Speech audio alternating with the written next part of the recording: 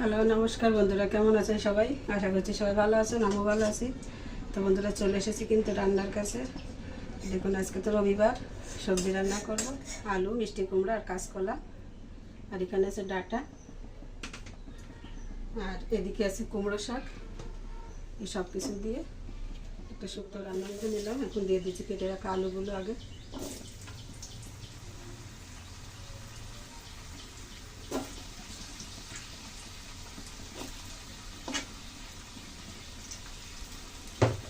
আলুগুলো ফ্রাই করে দিলাম,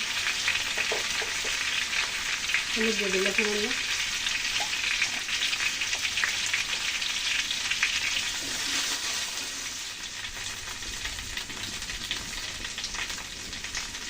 আদা বাটা দিয়ে দিচ্ছি 1 চামচ, জিরা বাটা 1 চামচ দিলাম,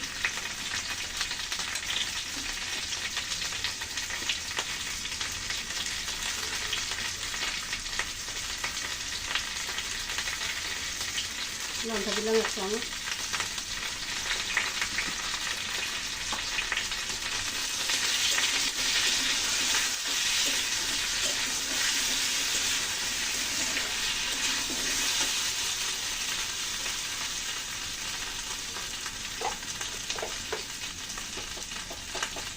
হলুদ 1 চামচ দিয়ে দিলাম,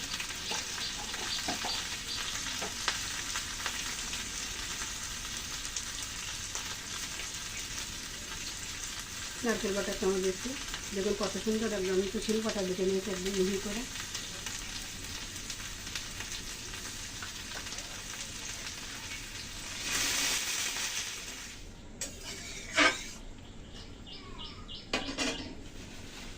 শাকগুলো এখনো দিয়ে দিচ্ছি,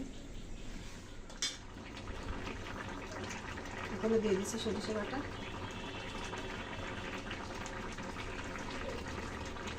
সামান্য একটু আদা দিয়ে দিলাম, সাথে একটু জিরা বাটা দিয়ে দিলাম।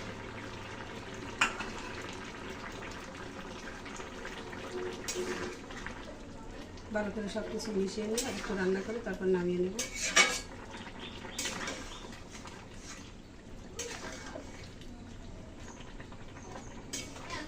সব তরকারি কিন্তু খুব সুন্দরভাবে সিদ্ধ হয়ে গেছে। দেখুন শাকগুলো কিন্তু কত সুন্দর গলে গেছে। রান্না তো হয়ে গেল, কথা বলতে বলতে দেখুন কত সুন্দর একটা মাখা মাখা হয়ে গেছে। তো রান্না থাকে দেখুন আমি আলু ভর্তা করে নিলাম। আমি এখন তরকারি নামিয়ে নিচ্ছি, তারপর আপনাদের দেখিয়ে দিচ্ছি। নামিয়ে নিচ্ছি, দেখুন শুক্তো রেসিপি আমি যে পদ্ধতিতে করেছি এভাবে একবার করে দেখুন, খাবারে কিন্তু একদম নতুনত্বের স্বাদ পাবেন।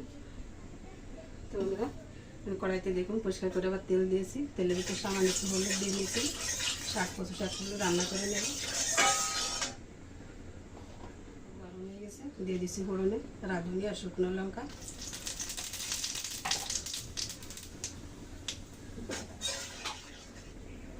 দিচ্ছি নারকেল কুড়া,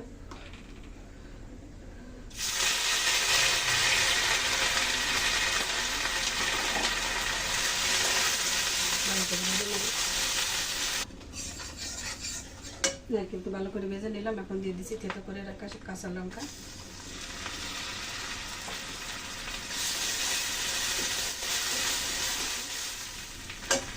বলবেন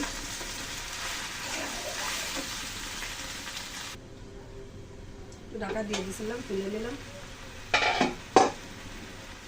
শাক কিন্তু অনেকটা মিক্স হয়ে গেছে, এখন আমি লবণগুলো দিয়ে দেবো।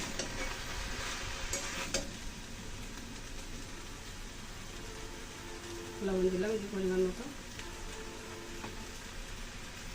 হলুদ 1 চামচ,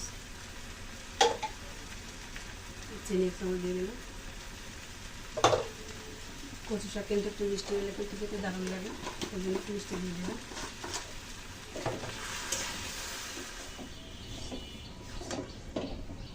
এইভাবে একবার করে দেখুন, নারকেল ফোড়ন দিয়ে কাঁচা লঙ্কা দিয়ে কচু শাক রান্না করে খেতে কিন্তু অসাধারণ লাগে।